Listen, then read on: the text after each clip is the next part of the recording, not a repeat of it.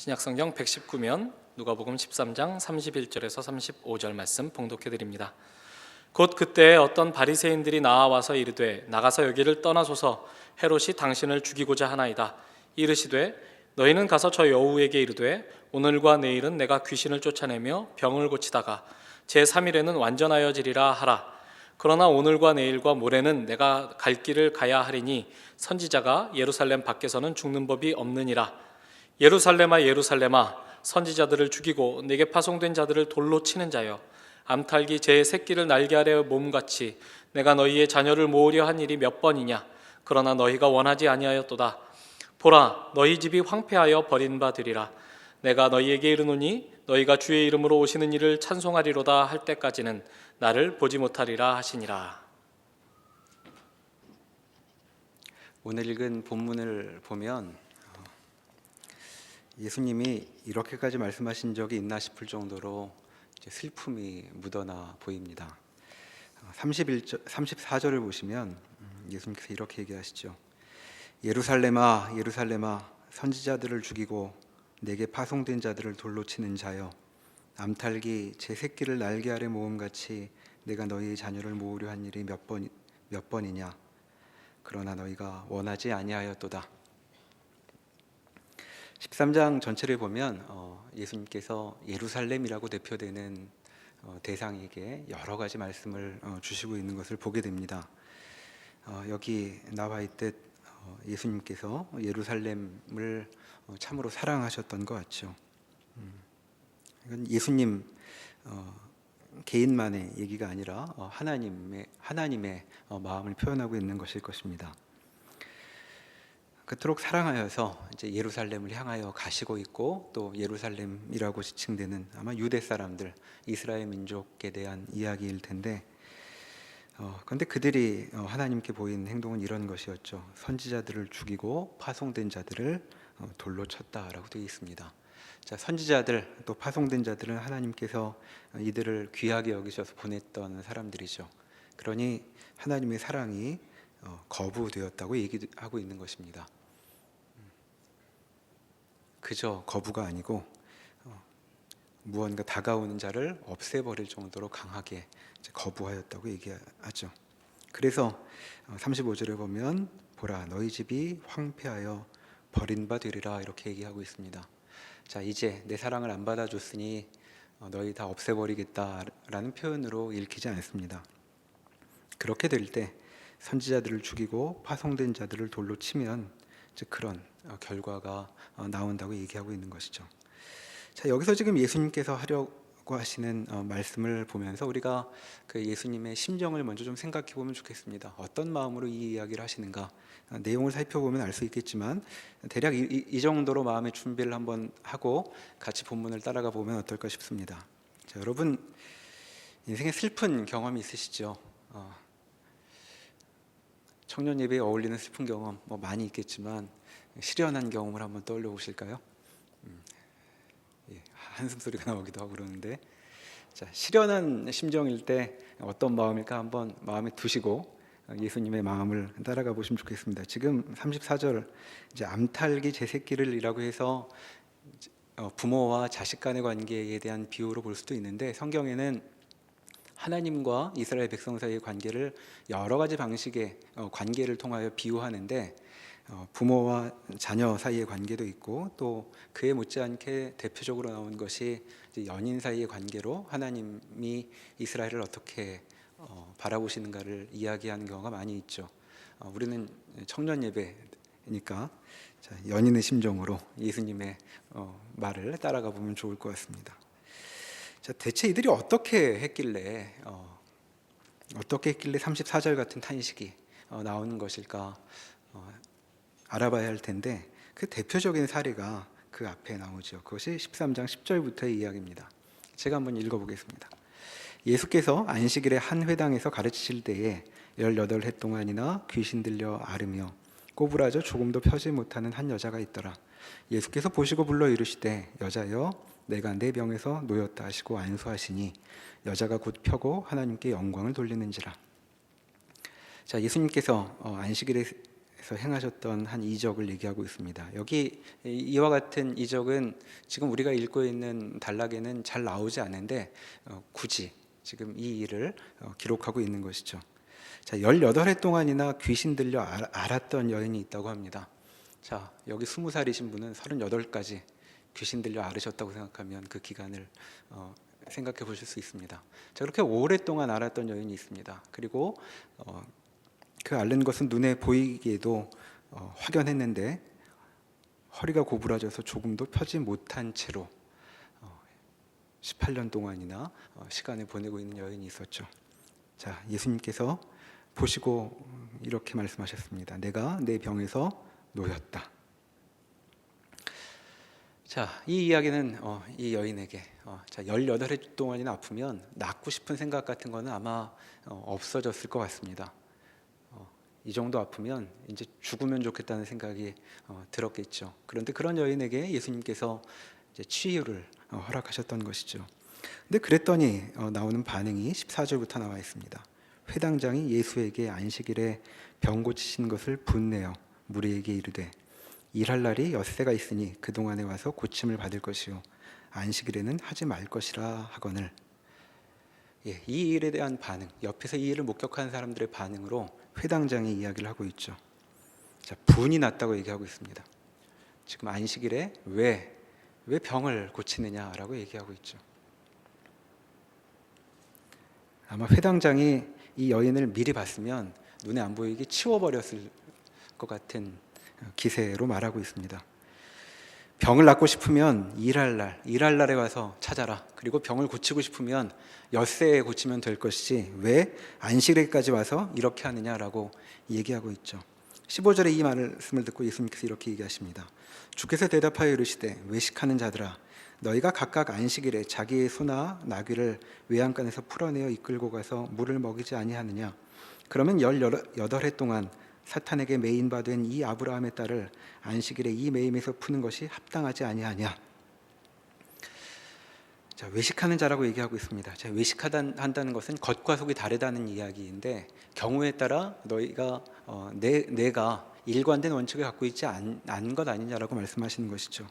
너희가 먹이는 소와 낙이라면 안식일에 물을 먹이지 않겠느냐라고 물으시고 16절에 예수님께서 왜 이 여인을 낫게 하시는지 이렇게 얘기하십니다. 이 아브라함의 딸을 안식일에 이 매임에서 푸는 것이 합당하지 아니하냐. 생각해 보아라. 안식일이 무슨 날이더냐. 이런 자에게 자유와 노임이 주어진다면 그것이 안식일에 어울리는 것이 아니겠느냐라고 말씀하고 계시죠. 지금 여기 회당장과 회당장 밑에 있는 사람들이 보이는 반응이 바로 34절에서 얘기한 예루살렘이 보이는 반응이라고 말할 수 있겠습니다. 자, 예루살렘의 반응이란 이런 것이죠. 예수님께서 지금 놀라운 사건을 펼쳐내셨습니다. 그리고 그것은 참으로 기쁨을 불러일으키는 일이었죠. 그리고 예수님의 이적은 그 병을 낫게 하는 사람에게만 국한된 것이 아니라 늘 그 행동을 통하여 주위 사람들에게 지금 일어나는 일을 보라라는 메시지를 갖고 있으니 사람들에게 지금 놀라운 기쁨의 사건을 보여주시는 셈입니다.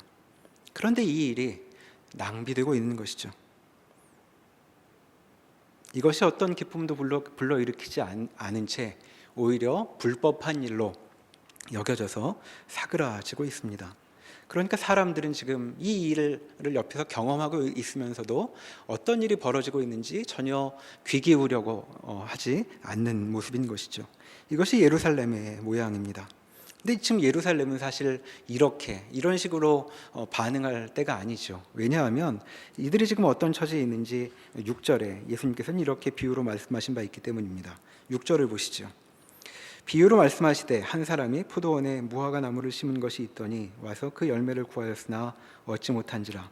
포도원 지기에게 이르되 내가 3년을 와서 이 무화과 나무에서 열매를 구하되 얻지 못하니 찍어버리리라.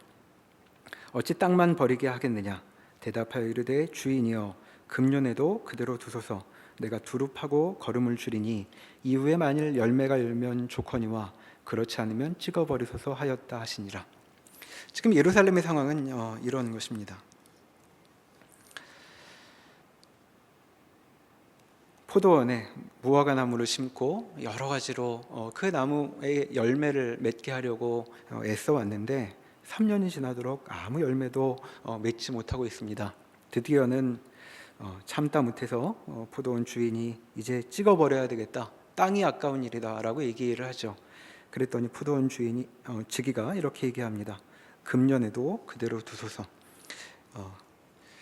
자, 우리식 말투로 바꾸면 올해만은 그냥 두십시오, 이런 얘기입니다. 제가 한 해 더 애써 보겠습니다. 아직은 찍지 마시고 한 해만 더 기회를 주시지요, 이렇게 얘기하는 것이죠. 그러니까 9절의 이야기가 한 해만 더 해보고 찍어달라는 얘기가 아니라 찍지 말고 기회를 계속 주십시오라고 얘기하는 것으로 읽어야 맞을 것입니다. 어떻게든 애써 보겠으니까 이제 이 나무에서 열매가 달리도록 기다려 주십시오, 이렇게 얘기하고 있는 것이죠. 자, 이 무화과 나무 누구일까요? 예루살렘입니다. 자, 이 예루살렘, 한 번도 하나님께로 돌아오지 않은 것 같은 이 예루살렘을 향해서 다시 예수님께서 오셔서 이들에게 열매를 맺기 위해 애쓰고 계시죠. 자, 세례 요한은 구세주가 오실 때에 이제 심판의 도끼가 나무 밑에 놓이게 되었으니 회개하라고 외쳤습니다. 근데 예수님께서는 오셔서 이들에게 심판을 말씀하시지 않고 다시 돌아오도록 기회를 주고 계신 것이죠. 자, 이런 상황에 예수님께서 다가오셨으나 우리가 10절 이하에서 본 것처럼 예수님의 다가오심에 대해 분을 내고 있는 것이 예루살렘의 모습이었습니다. 자, 이와 같은 모습을 보고 그럼 예루살렘이 어떻게 될 것인가라고 묻게 되는데 그와 같은 질문을 가졌던 사람이 여기 나오죠. 23절에 보면 22절부터 읽어봅니다. 예수께서 각 마을로 다니사 가르치시며 예루살렘으로 여행하시더니 어떤 사람이 여짜오되 주여 구원을 받는 자가 적으니까, 이렇게 묻습니다. 아무래도 예수님이 하시는 말씀이나 예수님 주위에서 벌어지는 일들을 보면 구원을 받는 자들이 적은 것 같아서 묻고 있죠. 자, 예수님의 답이 24절에 나오는데 직접적이진 않습니다. 좁은 문으로 들어가기를 힘쓰라. 내가 너희에게 이르노니 들어가기를 구하여도 못하는 자가 많으리라. 이렇게 하고 설명을 하시는데, 자, 그래서 구원을 받는 자가 적을지 많을지에 대한 답은 안 하시지만 이렇게 말씀하시는 것으로 보입니다. 들어가기를 원하는 자는 많을 것이다. 그런데 들어가는 자는 많지 않겠다라고 얘기하시죠. 자, 밑에 25절부터에 보면 이들이 집주인에게, 문이 닫힌 집주인에게 밖에서 이렇게 문을 열어달라고 얘기를 하는데 26절에 보듯 이런 이유로 거절을 합니다. 그때 너희가 말하되 우리는 주 앞에서 먹고 마셨으며 주는 또한 우리를 길거리에서 가르치셨나이다 하나 그가 너희에게 말하여 이르되 나는 너희가 어디서 왔는지 알지 못하노라. 행악하는 모든 자들아 나를 떠나가라 하리라. 함께 먹고 마셨으며 함께 길거리에서 가르칠 때 옆에 있었던 자들이 지금 문을 열어달라고 얘기하는데 문을 열어주지 못하겠다고 얘기하시고, 집주인은 너희가 어디서 왔는지 모르겠다라고 얘기하고 있는 것입니다. 그러니까 사람들은 지금 관심을 표하고 있으나 그러나 정작 필요한 반응은 보이지 않고 있는 것이죠. 참, 이 예루살렘이라고 불리는 자들, 교회 바깥에 있는 사람들이 아니라 교회 안에 있는 우리들에게 더 가까운 그런 사람들로 보입니다.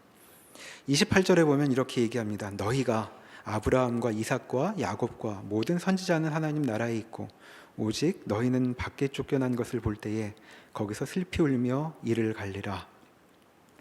이상스럽게도 이들이 예수님께서 다가오셔서 만나시고 있고 열매를 맺게 하려고 애쓰시고 있는데 이들은 아브라함과 이삭과 야곱, 그 족장들, 이들의 조상들, 또 이들을 위해 왔던 선지자들과는 달리 하나님 나라 바깥에 쫓겨나 있을 것이라고 얘기하고 있는 것이죠.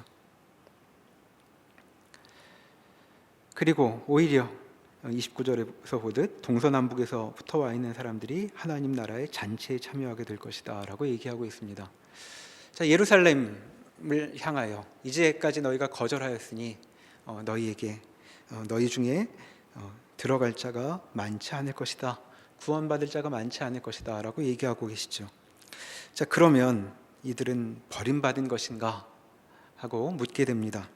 34절과 35절에서 보았던 것처럼 이와 같은 탄식을 불러일으키는 자들에게 예수님은 무슨 메시지를 전해주고 계신 걸까요?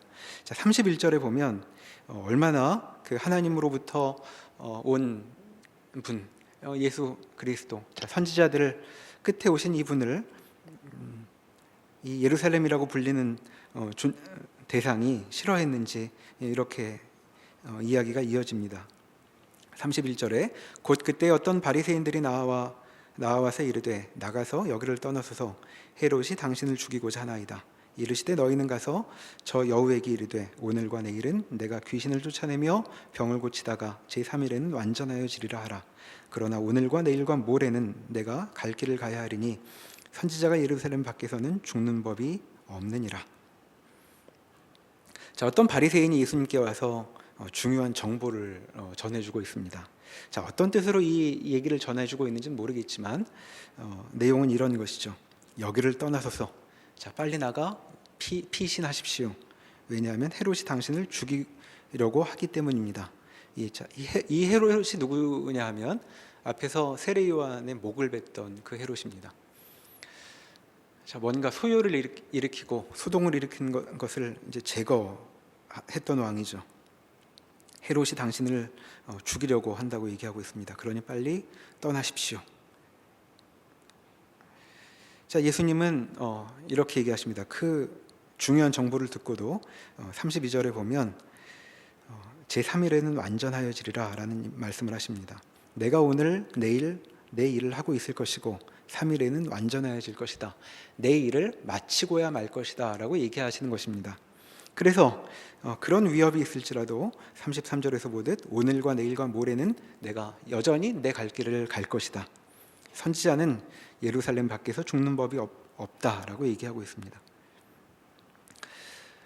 지금 바리새인이 와서 한 얘기는 이런 것입니다. 생명에 대한 위협이 있다고 경고를 하고 있는 것이죠. 자, 랍비여, 모르시겠습니까? 당신의 이야기를 듣는 사람이 없습니다. 자, 응답하는 이가 없다는 것은 당신이 위협에 처했다는 것을 뜻하는 것입니다. 그러니 이제 마음을 정리하시고 여기를 떠나 피하십시오라고 얘기하고 있죠. 자, 예수님께서는 이렇게 답하시는 것입니다. 나는 떠나지 않을 것이다. 나는 내 길을 갈 것이다. 사람들은 듣지 않으려고 하지만 나는 오늘도 내일도 모레도 계속 이야기할 것이다. 그들이 듣기를 바라며 이야기할 것이다. 그러나 그들이 결국 듣지 않게 되더라도 내 말을 듣지 않고 결국 나를 죽이게 되더라도 나는 떠나지 않고 이들 옆에 머물 것이다. 나는 계속 말할 것이다 라고 말씀하시는 것이 32절과 32절의 말씀이라고 얘기할 수 있겠습니다.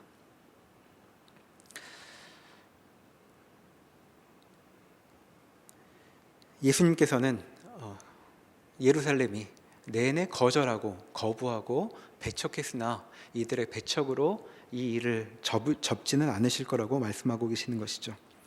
그러니 이런 흐름을 볼 때 34절과 35절의 말씀은 예루살렘아 예루살렘아 이제까지 너희에게 많은 사랑을 쏟았으나 너희가 거부하니 이제 너희에게 남겨진 건 멸망뿐이다 라는 말씀으로 그저 읽고 끝낼 수가 없습니다. 지금 이 말씀을 하시는 가운데에서도 예수님은 여전히 예루살렘아 돌아오라 라고 말씀하시는 것이죠. 나는 너희가 돌아오라고 내내 얘기할 것이다. 내가 죽게 되더라도 죽는 그날까지 너희에게 돌아오기를 바라는 이 마음을 품을 것이다 라고 말씀하고 있는 것입니다. 그도 그럴 것이 지금 예수님은 암탉과 같은 심정으로 새끼에게 말씀하고 계시는 것이기 때문이죠. 자, 그렇다면 이렇게 배척이 계속되고 있는데 그럼에도 불구하고 예수님께서 그 일에 질려버리셔서 물러나시지 않으실 것이라면 과연 예루살렘은 어떻게 열매를 맺게 될까요? 자, 관건은 예수님에게 있지 않다고 본문은 이 이야기를 이어가고 있습니다. 보통의 경우에 좋은 일을 하려고 해도 그 좋은 일을 받아들이지 않겠다고 하면 그 일을 제안했던 사람이 이제 실망하여서 물러나기 마련이죠. 할 만큼 했고 뭐 더 이상 어떻게 하랴. 그러니 이제 떠나가겠다라고 할 법한데 예수님께서는 그렇게 하시지 않고 있는 것입니다. 나는 계속해서 내 생명이 끝날 때까지 너희에게 이 소식을 전할 것이다 라고 얘기하고 있는 것이죠. 그래서 34절에 이 얘기를 듣는 예루살렘의 모습이 이렇게 소개되었습니다. 이들은 오랜 역사 동안 내내 돌보심을 받는 도시였죠. 그러나 그들의 반응은 선지자들을 죽이는 것으로 표현되었습니다. 자, 하나님의 일하심에 하나님께서 다가오셨으나 그들에게 응답하지 않는 인류의 역사를 대표하고 있는 것이 예루살렘의 모양이라고 할 수 있겠습니다. 그럼에도 하나님은 여전히 물러서지 않으시고 이들을 어미닭처럼 품으려고 하시죠. 그러나 이와 같은 하나님의 기획이 꺾이는 유일한 예가 34절 하반부에 나와 있습니다. 자, 이 일이 이루어지지 않는 유일한 이유는 34절에서 보듯 그러나 너희가 원하지 아니하였도다라는 말에서 발견할 수 있죠. 그러니까 하나님께서 이루려고 하시는 일은 예루살렘이 원하여만, 응답하여야만 그 다음으로 넘어갈 수 있는 것입니다. 그러니까 예수님께서는 응답을 기다리며 내내 이들에게로 다가가고 계신 것이죠. 그래서 늘 예수님의 오심은 우리에게 두 가지 가능성으로 세워지게 됩니다. 자, 예수의 오심은 황폐하여 버림받는 결과로 나아가든지 아니면 기회가 되어 하나님께서 이루려고 하신 일이 열매 맺는 두 가지 방법 가운데 있게 되는 것이죠. 그리고 예수님께서 이들이 응답하기를 바라며 이들 앞에 서 계시는 것입니다.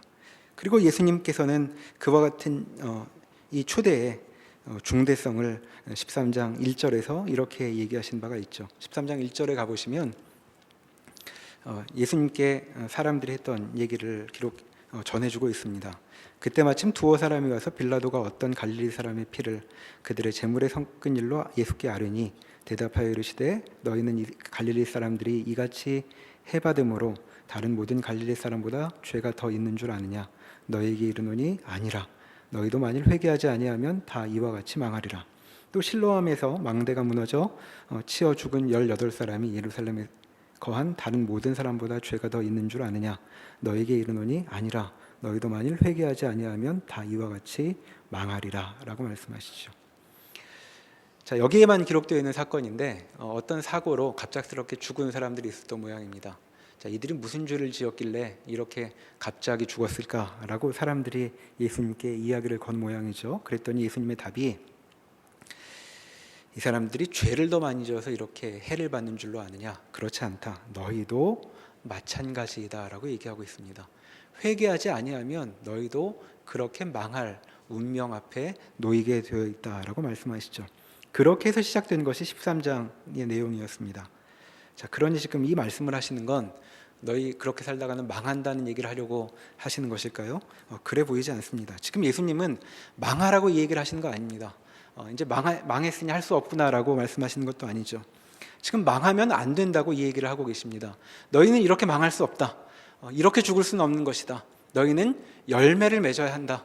이제까지 열매를 못 맺었지만 열매를 맺을 수 있도록 내가 왔고 나는 할 수 있는 바를 다 할 것이다. 내가 두릅하고 거름을 줄 것이다. 그러니 너희에게 열매가 있기를 나는 바란다 라는 말씀이 여기 내내 이어지고 있는 것이죠.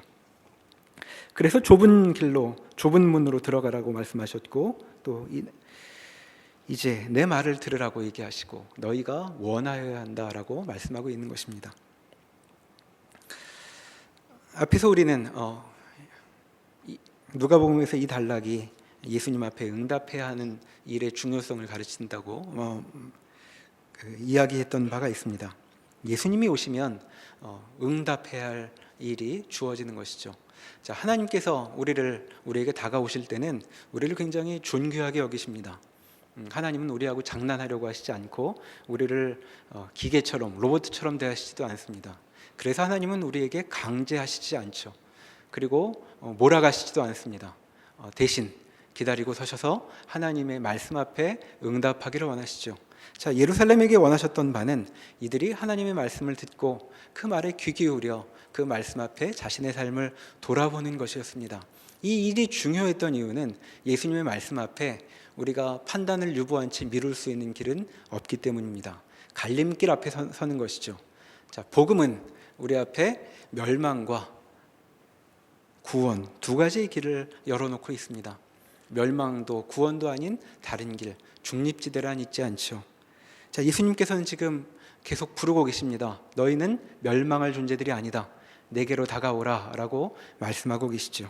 그래서 그 말씀을 하시려고, 그리고 결국은 돌아오게 하고 싶으셔서 죽기까지, 오늘도 내일도 모레도 나에게 죽음이 주어져 그칠 때까지 계속 너희에게 돌아오라고 말씀하겠다고 얘기하시는 것입니다.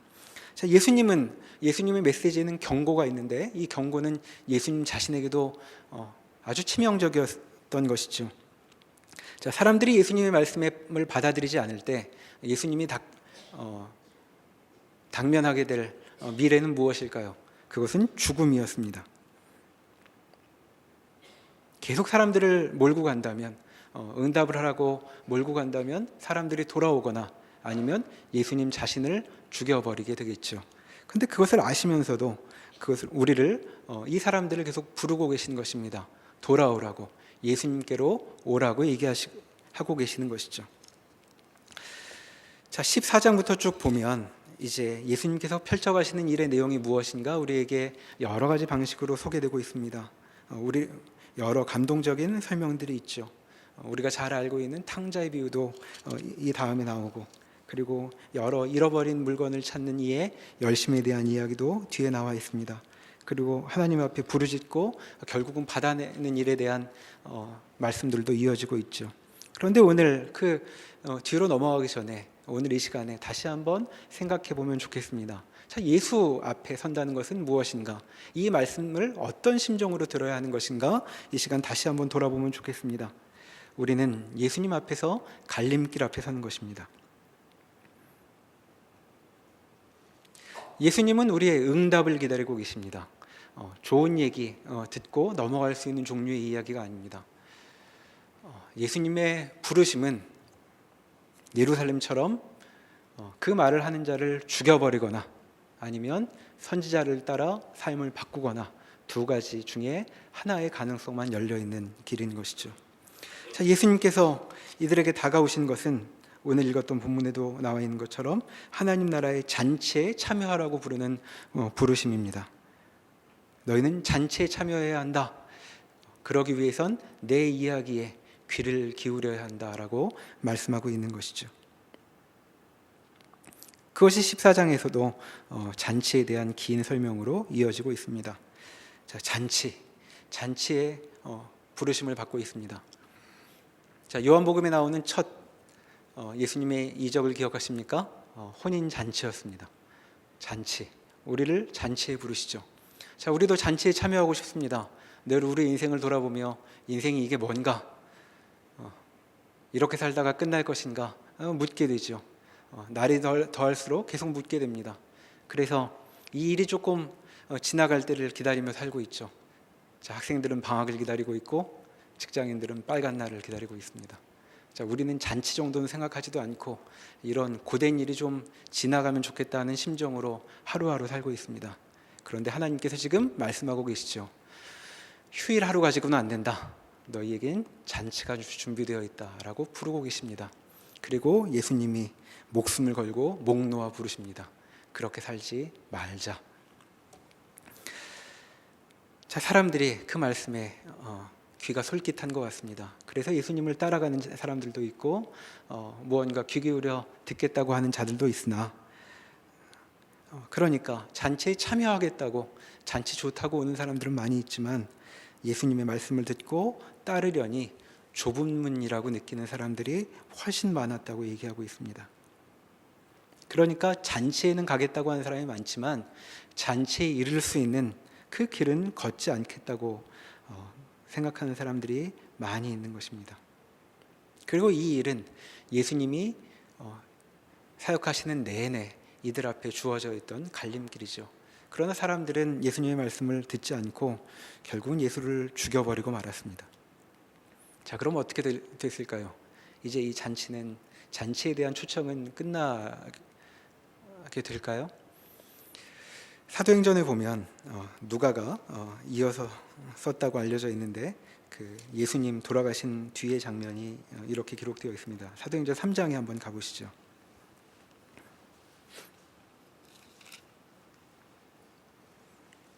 신약 190면 어간에 있습니다. 자, 성전 미문에 있던 안진뱅이를 이적으로 낫게 한 다음에 베드로가 하는 설교가 11절부터 기록되어 있습니다. 자, 11절부터 긴 설교가 이어지고 있는데 거기 이런 얘기가 있죠. 그 13절에 보시면 아브라함과 이삭과 야곱의 하나님 곧 우리 조상의 하나님이 그의 종 예수를 영화롭게 하셨느니라. 너희가 그를 넘겨주고 빌라도가 놓아주기로 결의한 것을 너희가 그 앞에서 거부하였으니 너희가 거룩하고 의로운 일을 거부하고 도리어 살인한 사람을 놓아주기를 구하여 생명의 주를 죽였도다. 그러나 하나님이 죽은 자 가운데서 그를 살리셨으니 우리가 이 일의 증인이라. 그 이름을 믿음으로 그 이름이 너희가 보고 아는 이 사람을 성하게 하였나니 예수로 말미암아 난 믿음이 너희 모든 사람 앞에서 이같이 완전히 낫게 하였느니라. 형제들아 너희가 알지 못하여서 그리하였으며 너희 관리들도 그리한 줄 아노라. 그러나 하나님이 모든 선지자의 입을 통하여 자기의 그리스도께서 고난 받으실 일을 미리 알게 하신 것을 이와 같이 이루셨느니라. 그러므로 너희가 회개하고 돌이켜 너희 죄 없이 함을 받으라. 이같이 하면 새롭게 되는 날이 주 앞으로부터 이를 것이다 라고 얘기하고 있습니다. 자, 예수님께서는 결국은 거부당하여 죽임당하셨습니다. 그런데 예수님께서 죽으신 이후에도 예수님의 초청은 계속되고 있다고 얘기하고 있습니다. 여전히 19절에 있듯 너희가 회개하고 돌이켜 새롭게 되는 날을 받을 수 있을 것이다 라고 얘기하고 있죠. 자, 우리 생애 내내 예수님께서 이 길을 열어놓고 계십니다. 잔치에 참여할 길을 열어놓고 계십니다. 자, 정말 우리가 그 잔치가 필요한 사람이라고 느낀다면 예수님의 이 말씀 앞에 올바로 응답할 수 있으면 좋겠습니다. 이것은 하루아침의 결심만도 아닐 것이고 또 한순간의 사건으로 그치는 것도 아니겠죠. 그러나 예루살렘의 모습을 보면 이 일이 갖고 있는 무게를 곰곰이 생각해 볼 수 있습니다. 자, 하나님의 사람들이라고 하나님의 백성들이라고 살았지만 결국 이들은 하나님의 탄식을 불러일으키는 식의 행동밖에는 하지 못하였던 것을 예수님은 우리에게 보여주고 계십니다. 자, 우리는 어떠한가 돌아보면 좋겠습니다. 자, 이들은 결국 예수를 죽였습니다. 자, 어떻게 해서 죽이게 된 것일까요? 예수를 특별히 미워했기 때문이 아니라 이들 대다수는 예수 앞에 응답하지 않아 예수를 더 이상 그 다음 길로 넘어가지 못하게 하고 예수님의 사역을 중단시켰던 것이죠. 이와 같은 면모가 우리에게도 있는가 돌아볼 수 있습니다. 자, 우리는 과연 어떠한가요? 우리는 예수님의 부르심에 응답하고 있는가 돌아보면 좋겠습니다. 잔치에 관심은 있으나 주께서 바라시는 응답을 하지 않는다면 우리는 예수를 죽이게 될 것입니다. 결국 예수님의 말씀이 우리의 삶에 세워지지 않는다면, 드러나지 않는다면 예수님의 말씀은 우리의 삶 가운데 죽임당하게 될 것입니다. 그러나 그렇게 죽임으로 우리가 끝나지 않고 여전히 기회가 우리에게 열려져 있다고 얘기하는 것이죠. 다시 오늘 본문으로 돌아와 보겠습니다. 누가복음 13장에 예수님께서 이런 말씀을 하시죠.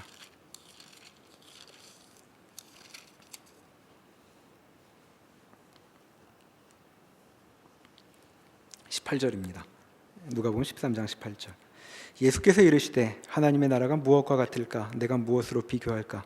마치 사람이 자기 채소밭에 갖다 심은 겨자씨 하나 같으니 자라 나무가 되어 공중의 새들이 그 가지에 깃들었느니라. 또 이르시되 내가 하나님의 나라를 무엇으로 비교할까?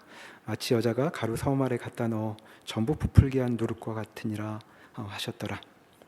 지금 예수님께서 무슨 일을 하시고 있는가 얘기하고 있습니다. 자, 사람들은 예수님을 배척하고 있고 반응하지 않고 아무 열매도 맺혀지지 않는 것 같습니다.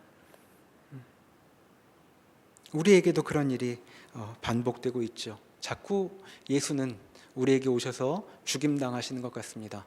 그분의 말씀은 사라져버리는 것 같고 우리의 삶은 우리의 뜻대로만 흘러갈 뿐 하나님께서 주시는 열매는 맺히지 않는 것 같죠. 그러나 하나님의 나라가 여기 이처럼 겨자씨 한 알처럼 그리고 누룩처럼 작동하고 있다고 말씀하고 있습니다. 자, 가루 서말이면 60리터쯤 된다고 하죠. 자, 밀가루 60리터를 반죽을 한다고 생각해 보십시오. 자, 누룩이 들어가면 방 하나를 채우고 넘칠 만한 분량이 되는 것입니다. 지금 그와 같은 일이 벌어지고 있으니 우리에게 말씀하고 있습니다. 그러니 너희가 응답하여라. 응답하면 너희가 원하면 하나님의 뜻이 너희의 삶에 이루어질 것이다 라고 말씀하고 있습니다. 자, 청년의 때, 많이들 얘기하는 것처럼 이 청년의 때 우리는 무엇에 응답할 것인가를 결정해야 할 것입니다. 우리는 과연 어떤 부름에 우리의 삶을 내놓을 것인가, 그리고 그 부름은 우리 앞에 무엇을 가져다 줄 것인가 곰곰이 생각해 보아야 할 것입니다. 그 여러 가지 초청 가운데 예수님도 우리를 부르고 계십니다. 그 모든 것과 대결하시며 그 초청 앞에 응하라고 말씀하고 있습니다. 과연 그 초청이 우리에게 무엇을 말씀하고 있는지 이제 14장부터 이어가며 좀 더 자세히 살펴보고 우리의 그 초청에 어떻게 응할 것인지, 우리의 응답은 무엇일지 누가복음이 마무리돼 갈 때쯤에는 우리의 마음을 좀 더 분명히 하게 되는 우리 모두가 되면 좋겠습니다. 기도하시겠습니다. 하나님께서는 오랜 기간 동안 예루살렘을 사랑하시며 또 예수님 때에도 예루살렘을 부르시며 하나님의 심정을 말씀하고 계십니다.